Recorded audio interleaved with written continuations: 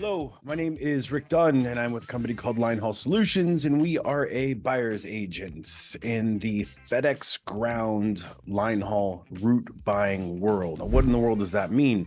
So you have entrepreneurs and business owners that buy FedEx ground-based businesses, specifically in their linehaul department. If that doesn't mean anything to you, you can go check out lots of my other videos. There's plenty of information in there.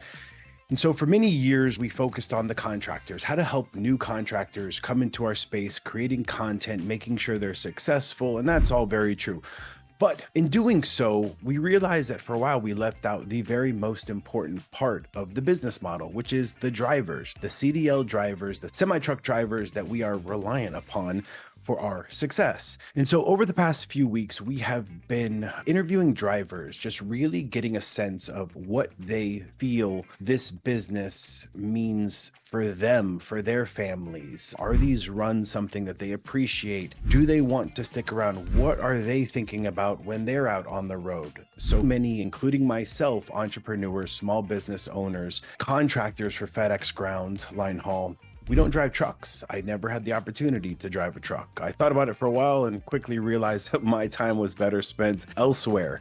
And so getting the insight from the drivers, I think, is critical to really owning a successful business. Retaining drivers is immensely important, the most important aspect of the business, in my opinion. And I feel like if we're able to interact with these drivers more often, get a sense of what they're looking for, what they need in order to stick around on these runs longer, to not go out into the trucking industry and to take other jobs and drive for other companies, keep them in our network. What do we need to do? That will make us all much more successful. And so today we are talking to a phenomenal dude, guy named Smooth Operator Trucking. He had a fantastic video that I just fell in love with about 5 pros and cons about driving at FedEx Linehaul. We've spoken. I said, man, I want to do an interview with you. I want to get on video and just get your opinion about a lot of these things that as a contractor, we think, but we're not always sure about. So I am going to bring Smooth on right now. All right. Smooth, what up, man? Welcome. How you doing today? I'm doing pretty good, man. About yourself? Very good, very good. It's Monday, right? You catch Super Bowl last night? I caught a little bit of it. I was working out, and I only got kind of bits and pieces of it. It was exactly what you would expect it to happen. Anyway, man, thank you. So if you don't know who Smooth is, I urge you, pause it here and go check out our previous video. We'll link it like right here. Smooth has been a FedEx driver, driving a solo run, nighttime, a very normal, typical, really good run, I think. And I believe he's going to give us lots of insights on his life, how he became a truck driver. And I could keep talking, but that's not why we're here today. So what up, man? Tell me about your life. How did you end up driving trucks? Give me your background. All right, so I'm a second generation trucker. My dad was a truck driver. He still is. He started off in 1980 or 1981 as an owner operator with North America. Okay. And I was born in 83. And by the time I knew what a truck was, and then my dad was a truck driver, by the time I was able to recognize that my father was a truck driver, and the first time I got in the truck with my dad, he let me sit on his lap and hold the steering wheel, I was hooked. That was probably like 3 or 4 years old. And I knew since then that's what I wanted to do. And when I was younger, I would always go on the road with my dad, and I just wanted to do everything and be like my dad, be an owner operator, travel the roads. And things were a lot different in the 80s and 90s when he was doing it as owner operator. He still trucks now, but as a company driver out of Memphis, Tennessee. Yeah, that's when I knew that's what I wanted to do. I just followed in his footsteps. I joined the Army when I was 18, but then I did that for 20 years. So that was a pit stop. You joined the Army in 2001. Yes, 5 days before 9/11. Yep, I was in basic training, and we were still doing that processing. And they were like, "We're sending y'all to war now. We're about to cut basic training short. We're sending y'all, using scare tactics or whatever." But so yeah, that's a story in and of itself. You're in basic training on September 11th. So I mean, I'm curious. Like I was in Air Marshal for many years. September 11th, like shaped a lot of my adult life and just the decisions that I made. So everyone has that story of how they found out. Where were you when you found out that a plane crashed into the World Trade Center? So before you get to basic training, you have to go through a end processing. So I was at Fort Benning, Georgia, And it was like 5 days before 9/11 actually happened. And we were there, and all of a sudden we were in process, and 9/11 happened, and everything stopped. And then they figured out what was going on, and they put us back. They continued training, and pretty much just gave us a scare tactics of, hey, you guys could be going to war as soon as you leave here. So I remember just looking up the sky and not seeing any airplanes or anything, and just thinking like, man, like as soon as I get out of here, I'm going to war. When I signed up for it, I knew that there was a chance, but for it to happen, as soon as you sign up for it, it's like, wow, here we go. So basic training gets a lot more real. Like everything you're doing, it's a lot more tangible. It's like, whoa, we really got to learn this stuff, get in shape, and be ready to go. Absolutely. Impressive as hell, man. God, that's impressive. My partner Darius tells the story of why he got into the Air Force to go play basketball. And he got in right beforehand, and then September 11th time is up, and I think he ended up doing 3 tours. How much time did you spend overseas? Well, let's see here. So like I said, I joined when I was 18. When I first came in the military, I was an 88 Mike, which is a truck driver in the Army. In the Marines, I think it's Motor T. In the Air Force, I think they just call it transportation, whatever. But in the Army, it's 88 Mike. When I went down range during the initial push into Iraq in 2003. So I was in Kuwait from probably about January, I think February, maybe I think we started pushing in February or March. And then yeah, I was there for 6 months in Iraq, and then did 6 months, left there, was away for a year, went back in 2004 to 2005 for a whole year. And then after that, I decided to leave being an 88 Mike, or I wanted to try out for Special Forces. I don't know if you ever heard of Special Forces, know what Green Berets are, but I decided that I loved what I did, but I wanted to do something that was more challenging and something that I would feel like I would have more impact. And so I tried out for Special Forces, and I made it. And then there's a whole year and a half, 2 year process to get through all the training. And so then once I did that, I started deploying to Afghanistan, South America. So I've got 3 tours to Iraq, 3 tours to Afghanistan, and a couple of tours to South America. Impressive as hell, man. I thank you, obviously, for your service. Oh, man, it was an honor. And the pay was good. Yeah, that's, oh, it's the stories, right? You hear the exciting stories of kind of what happened and firefights and just the terrible situations that people were in. But then you hear like the goofing around stories. Anyway, so we took a turn there, but that's amazing, man. That's phenomenal stories. Explain that transition, which you driving trucks, right? So you had that experience in the military. Right. Pre-Special Forces, but then how do you decide to leave the Army and then decide to start driving trucks? Okay, so let's take it back to about 2008, 2009-ish. Like I mentioned before, my dad was a owner-operator, and he had a truck that was just sitting in the driveway that I grew up in pretty much. And he was thinking about getting rid of it. I told him to give it to me. It was a 1983 Cabo Repeater-built 362. Those those are like, yes. If you close your eyes and you picture like an American semi truck, that's the semi truck someone's going to picture, that Pete, that boxy Pete. Absolutely. Absolutely. It was actually featured on a TV show that was coming on back in 2010-11 called American Trucker. Episode 4, season 1, called Special Operations. So that was a pretty cool experience there. When I came back from Afghanistan from that tour, I had enough money saved up to where I could pretty much redo the truck, and I repainted it and put like a Superman theme on it and all that good stuff. It was really cool. So I decided to get my CDL, even though at that time you didn't have to have a CDL, you were using it for non-commercial purposes. But I was like, I might as well just go and get it. And by me being in the Army and already having that previous experience, even though I was stationed in North Carolina, I drove down to Florida, and all I had to do was take the written portion because I was grandfathered in. If you could prove that you had experience in the military driving similar trucks, then all you had to do was take the written. So that's how I got my CDL. So I've had my CDL since 2009-ish. All right, fast forward to when I really decided to transition. I met a guy at a trucking show, Blue Ribbon Logistics, Larry Long. He's my mentor even to this day. He basically explained to me what trucking was like from a business standpoint. My dad showed it to me from a trucking standpoint, and he showed it to me from a business standpoint. And we linked together. I saved us some more money on one of my next tours, and I bought an older truck, 2005 Freightliner Columbia, and I had him manage it. D60 and 60 series? Yep, 60 series. Yep, absolutely. Yep. Best engine there was in those trucks. Yeah. And so I put the truck on with Landstar. And he was already an owner, fleet owner at Landstar. And so he basically took my truck and managed it for me. And it was great until I had a catastrophic failure and I didn't have enough capital saved up for it. And so at that point, I didn't have the experience by Landstar standards to drive the truck myself if I needed to. Plus, I was still in the Army full time. And so got past that 2017. I said, you know what? I need to start saving some more money. What can I do? And I applied for a few jobs, and really nothing was kind of panning out that would get me back to my base every day. And then I said, you know what? There's a FedEx place. Let me go in there and just talk to somebody. From there, that was it. I think I started training in 2017, Thanksgiving. And at first, I was doing part-time. Actually, I was really considered part-time. But like as I mentioned in my video, how I was wild man. So that's where I got the term wild man from, was because the contract that I was working for then, Race Chase, I think they got bought out, but it was Race Chase out of Hope Mills, North Carolina. He had runs going to Charlotte and different places, whatever. Well, because I was part-time, I couldn't get on a dedicated run. So what I would do is I would just take whatever was left over. And I made such good rapport with the coordinators in the office at Charlotte that they would pretty much give me whatever I wanted. I would go in there, I would take empties to Florence, South Carolina. From Florence, South Carolina, I would go to Charlotte, and then from Charlotte, I would do whatever they wanted me to do. And sometimes they would just give me some kind of not great runs going to Concord and back, which is only like 44 miles round trip.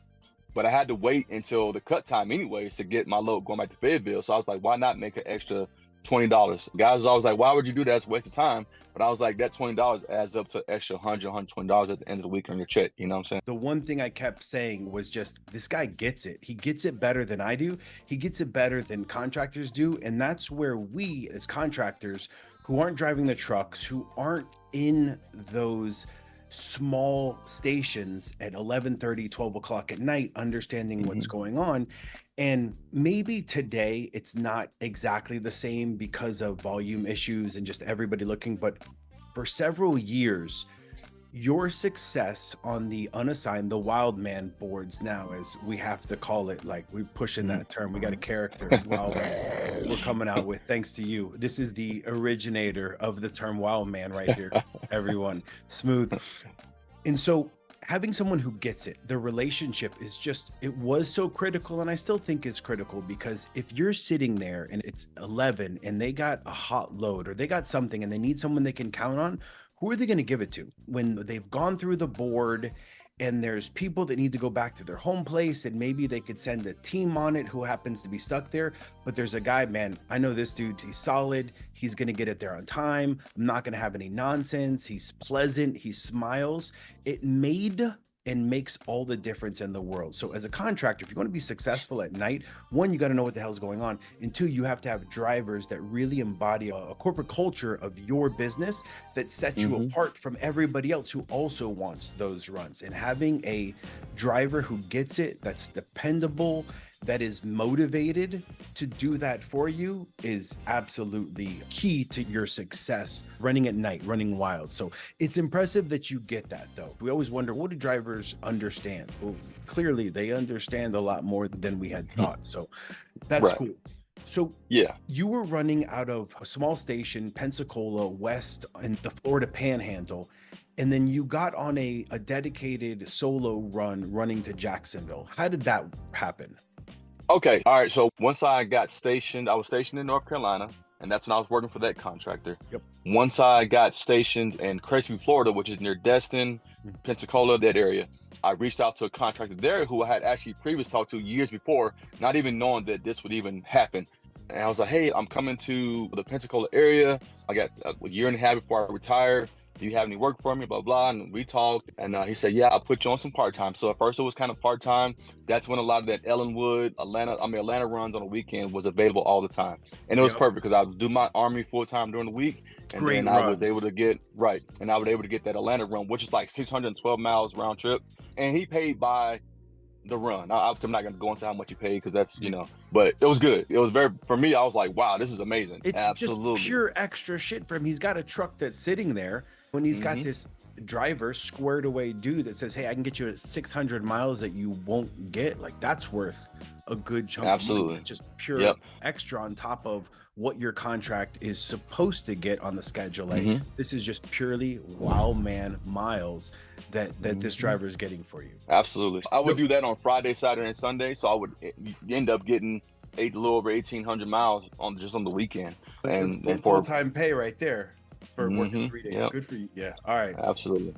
Yeah. So that was amazing. So, and then eventually my last year in the Army, especially in Special Forces, we have programs where we kind of let guys transition and take care of themselves. So basically, I didn't have to show up to work every day. So at that point, I was able to move into, it was still considered part-time, but I was doing full-time hours. And that's when I got on to Jacksonville from Pensacola. So basically Pensacola to Jacksonville and back every night. I would take 2 empties there and bring back 2 loadeds. And I think that was like 570 miles round trip every night. And that didn't pay as much as Atlanta, but it still paid pretty good. And then I would still do Atlanta on the weekends. I was running 6 days a week. So that was really awesome. That was a really good time because I was still getting my Army paycheck. And I was getting this really, really good, actually decent paycheck from driving for the contractor out of Pensacola. From a contractor's perspective, right? From somebody who's just has the driver, now you have a nighttime 570-mile run. Do you know, were they also covering spots during the day with that truck? Were they slip seating? So that particular contractor, he doesn't, from my knowledge, he doesn't have any spotting lanes. I know some other contractors there did have spotting during the day, but he had strictly just line haul stuff, Jacksonville. Pretty much all his stuff went to Jacksonville. He had the Pensacola to Jacksonville, and then he had the Panama City to Jacksonville. And like I said, anything with the Atlanta stuff was just extra on the weekends. Now, he did have a short run. He had a butthead that was going to shorter Alabama. So that one was only, I want to say, 300 miles round trip. So some of the guys who didn't really want to work that hard did that one or whatever. So yeah. It's just for the markets, and as we've seen, like FedEx makes it appealing to drivers, and we'll certainly get into that. But you know, absolutely. Hey, do you want to be home every day, drop and hook, no touch freight? But then those runs, right, with the spots, if he's able to squeeze out $600-700 a day or more running spots and using that same truck to run your truck at night, that's where we just see the margins explode. There's nothing better in the trucking industry than that run right there. That's what everybody needs to try to build, especially when you're working out of small stations where you only have the nighttime line haul. You don't have mainline stuff. So there's no teams, there's no daytime stuff running out of there, but those nighttime miles are just extremely lucrative, especially when we talk about a run like that. So you're running to Jacksonville, and we got your tips, right? The good and the bad. And I want to dig into some of that.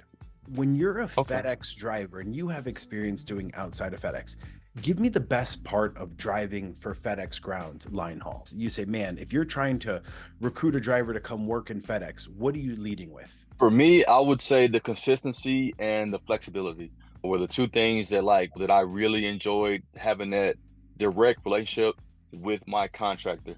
And I know some people, when they get big enough, they have enough trucks where they have a manager.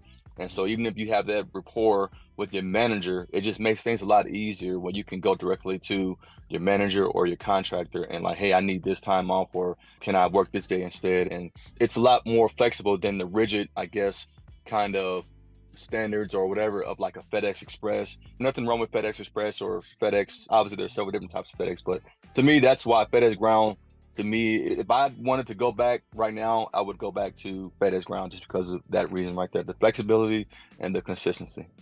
And so with that, right, I got to ask the opposite end. What's the worst? What's the part that just frustrated, annoyed you, something that you're just like, man, this is not for me, or I can't stick this out?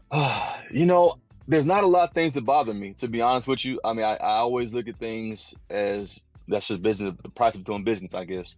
Even if you're driving a company truck, or you're an operator for a contractor, that's the price of doing business. Nothing's ever going to be perfect. I would say the most annoying part to me was sometimes getting to a location and waiting past cut time.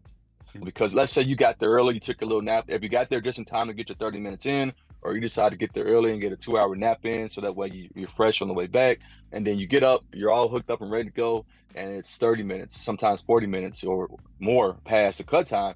And that part was the most irritating part to me, that annoyed me, because like, okay, they still want this load back by a certain time, and now I don't have that 15, 20, 30-minute window if I've got to stop and use the restroom, or if I do get sleepy and need to shut my eyes for a couple of minutes or whatever. So that part was the most irritating part to me. Would you have any support? Trivial. When you're 30, 45 minutes late from that cut time, would you have any options, anything you could do to talk to somebody or try to get that rectified? What I would do is I would normally call my contractor. Like once I knew that he was going to be up, or like let's say that I knew they wanted that load there by 6:30, I knew I probably wasn't getting there to 7:30. I would start calling him around 6:15, because I know they're going to start calling him around probably 6:45. And so I would say, hey, it's one of those nights they didn't cut me in until late.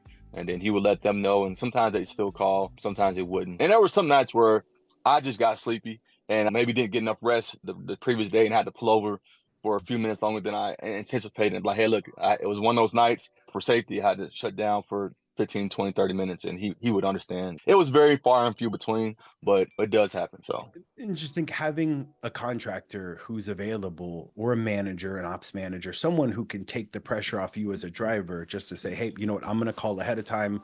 I'm going to let your station know that you're running late, and we're going to blame it on Jacksonville. They didn't cut you at times, and they need to have a conversation just to make sure this doesn't happen again. And that's what we want, right? You get delayed, you get frustrated, we get frustrated. And so that's obviously something that no contractor wants to wait, just like drivers don't. It's a matter of what you do. How do you build on something happening and creating a system to where that doesn't come up again? And that's the goal. And so for everyone watching this, like, how do you interact with your drivers? And then where do you take that information and go with it? Do you go to the coordinators? Do you go with the manager? Do you call the manager of the other station? But how do we make sure that we learn from this experience so the trailers aren't late again, and put it on FedEx? Hey man, you guys need these trailers. Like, I want to get these for you. Can we just make sure they cut them on time? And we get it there. And that's obvious. It's just many times it's miscommunication. One station's not communicating with the other station. And so having a contractor involved in understanding what's going on there, we've seen it's important. And as you say, just taking the pressure off you, I think. You mentioned one time about the managers, the dock managers, they're trying to get as much freight on there as they can. Because, I mean, and I guess my biggest thing is I always try to look at things from everybody's perspective. Me as a driver, I want things to be a certain way, so it makes my life easier. The coordinators, they want things to be a certain way. The dock workers, I mean, I've got to places where the dock workers are sitting there waiting on you. They're looking at you like they're upset because you're running late. So sometimes it's the driver's fault. The driver gets there and these dock workers can't leave until you get there. So everybody works together in this system to make it come together like a well-oiled machine. And if one little part gets kind of thrown off, then it kind of messes it up a little bit.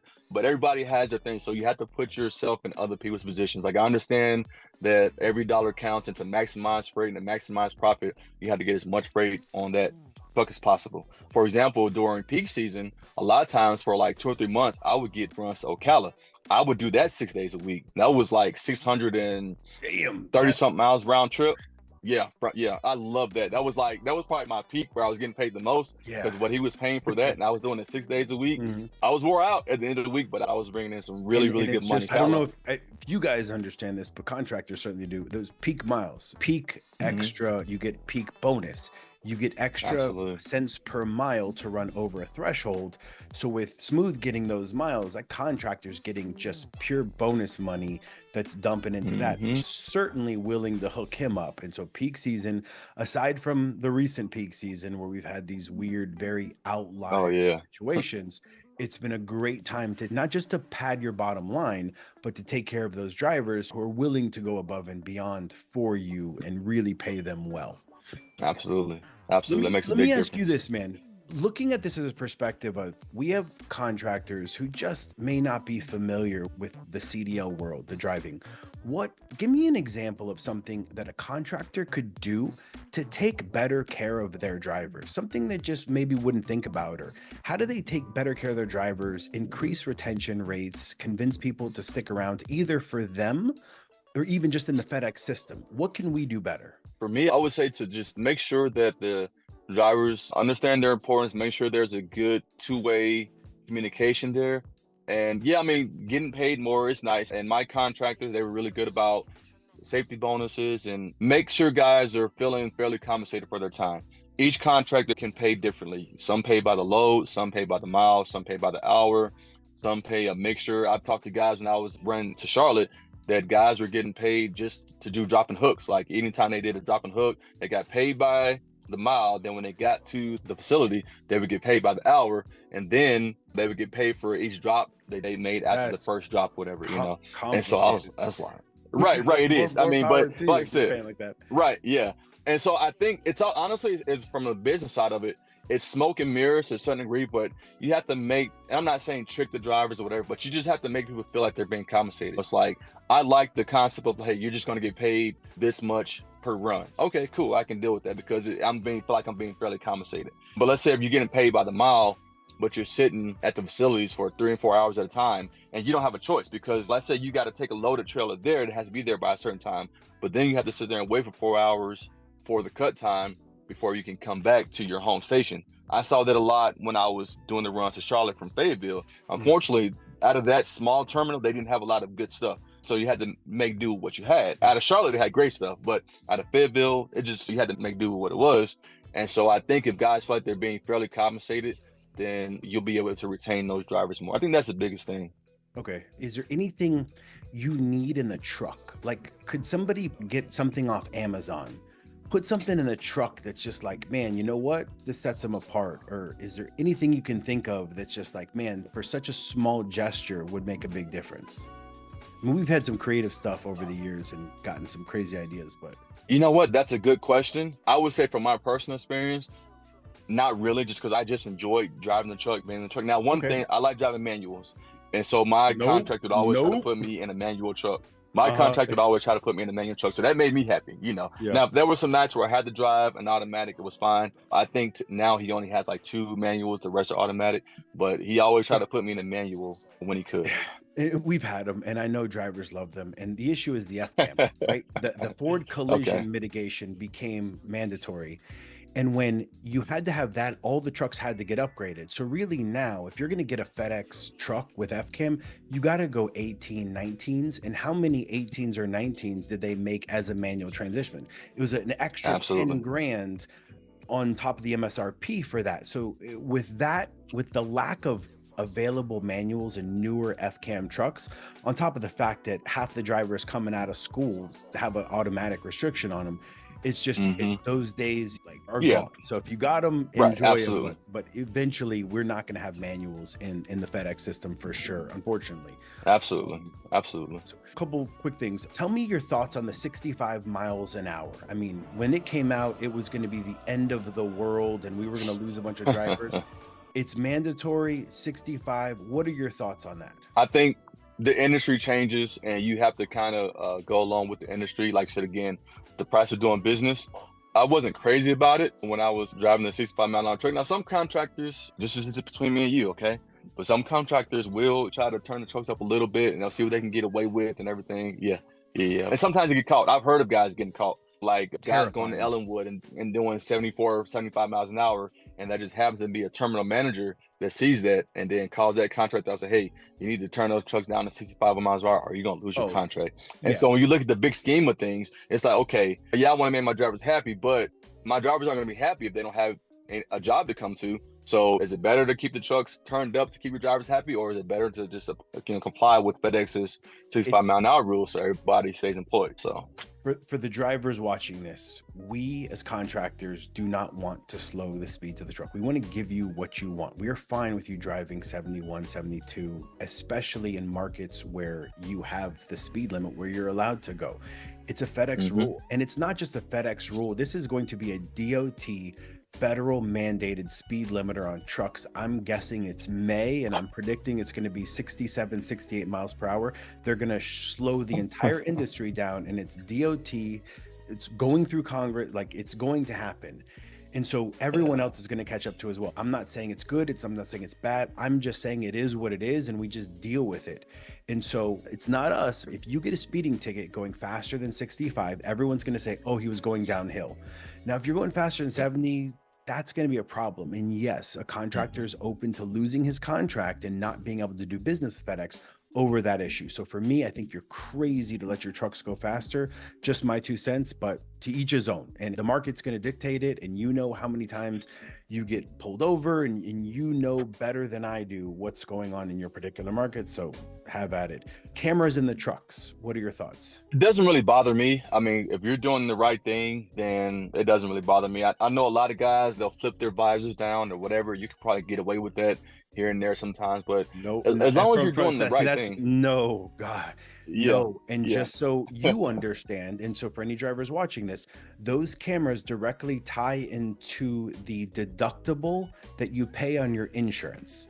So if there is a major event, 50, 75, $100,000 worth of damage and you don't have a camera of what the driver was doing at that time, your deductible goes from like $2,000 up to $15,000 up to $35,000 in that situation. So we as contractors, I mean, the second you see that, it's one of those things where you just can't play with it. Unfortunately, the cameras Right. are No, there. no, and it makes They're sense. not going Yeah. anywhere. Yeah. So the Yeah. flipping down the visor, that's a one time. It's a one strike rule. Hey, I know, I get it. We're not watching you, but just so you know, this can't happen. Absolutely. Yeah. So yeah, the cameras didn't bother me at all. Yeah. Thank you for your time today. And we're going to talk again. I have 19 topics that we have to immediately follow up on, but I want to thank you for your insight on FedEx Ground specifically. Hopefully anybody watching this, you get a better understanding from a driver who gets it, but you're not driving in FedEx Linehaul right now. So what happened? What made you leave? So I've always wanted to be over the road truck driver, and I always wanted to own my own truck. And as soon as I retired officially from the military, I was able to do that. And so basically now I'm an owner operator for a company. I choose my own loads. I go where I want to go. And that's what I've always wanted to do. And you know, the cool part about that is this truck that I'm in right now, it's a 2007 Freightliner Columbia Detroit 60. My last contractor gave it to me. He had to obviously start getting trucks out of the system. First, he was going to sell it to me.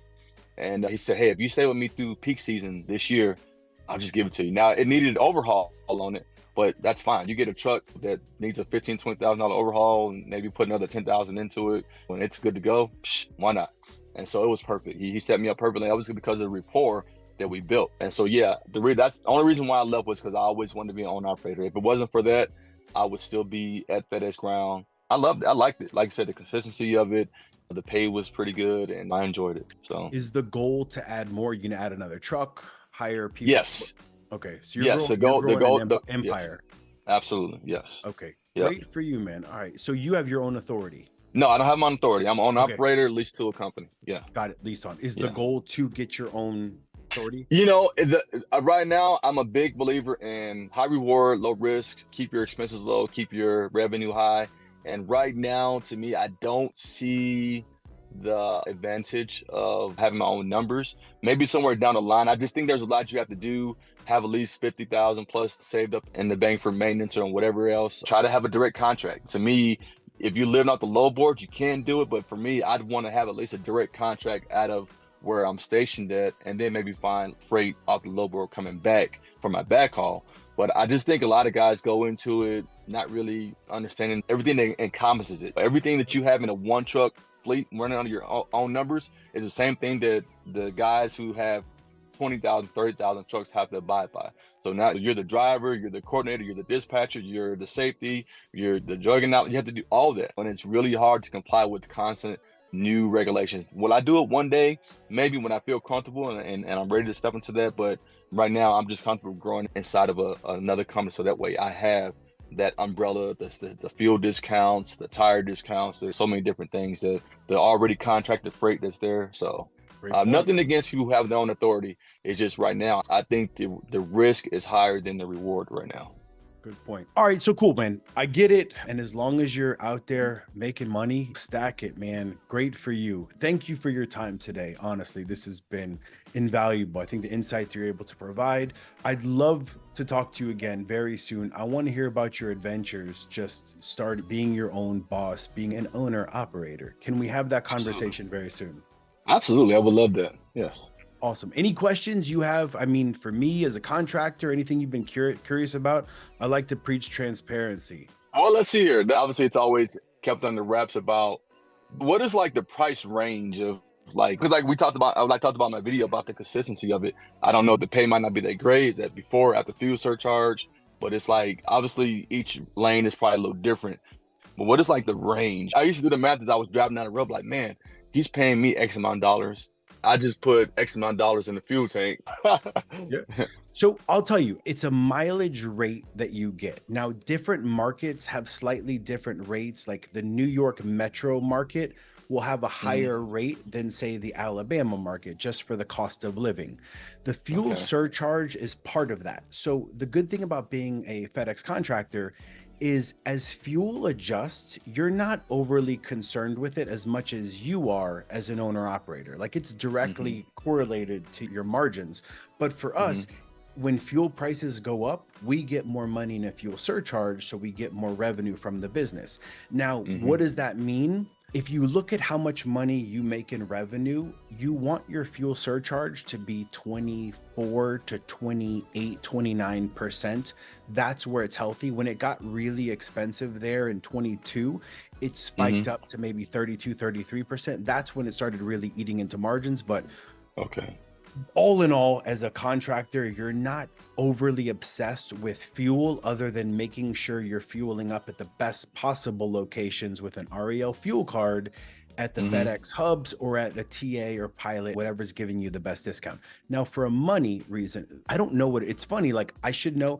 I think it's like $1.80 to maybe 2.20 a mile that you're getting consistently, depending on the run. The shorter runs pay more money. So if Right. you're running 10 miles and back, you're getting a higher mileage rate than you are on your Jacksonville run because they got to incentivize you to take the short runs. Teams Mm-hmm. are getting more per mile, might be 10 cents, whatever it is, than your solo runs. But all in all, I mean, a healthy business, you want your payroll ratio, I think ideally on a solo nighttime run like you're talking about, 35% is how much you're paying the driver of the revenue of that run.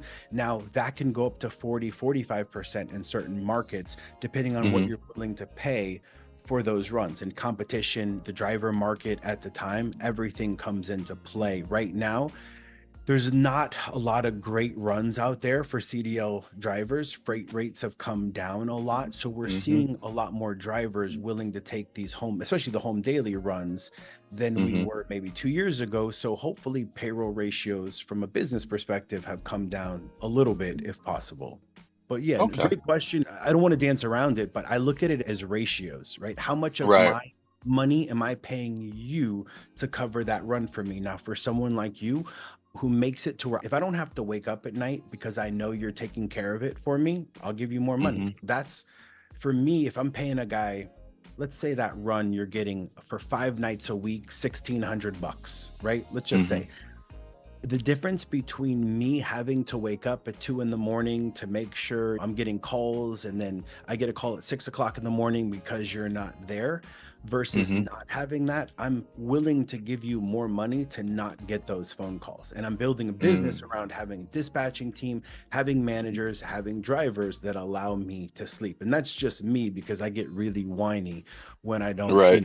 get my 11 hours. Great question. We're going to talk again. And anything that pops up, man, I want to talk. But next conversation, let's dig more into outside the FedEx stuff. Your transition, getting a truck, and some things that you encounter out on the road because you're out. I mean, you're in Oregon right now, correct? Let's see. I'm in Montana right now. Yeah. Okay. So Yep. you're Yep. out traveling the country. So that I want to hear some stories from that and follow up with you and get some goals if that's something you're going to do forever, if it's short term. So let's dig in, man. Thank you very Absolutely. much, Lou. This is phenomenal. We'll be in touch. Talk to you soon. It was an absolute pleasure. All right. Take it easy.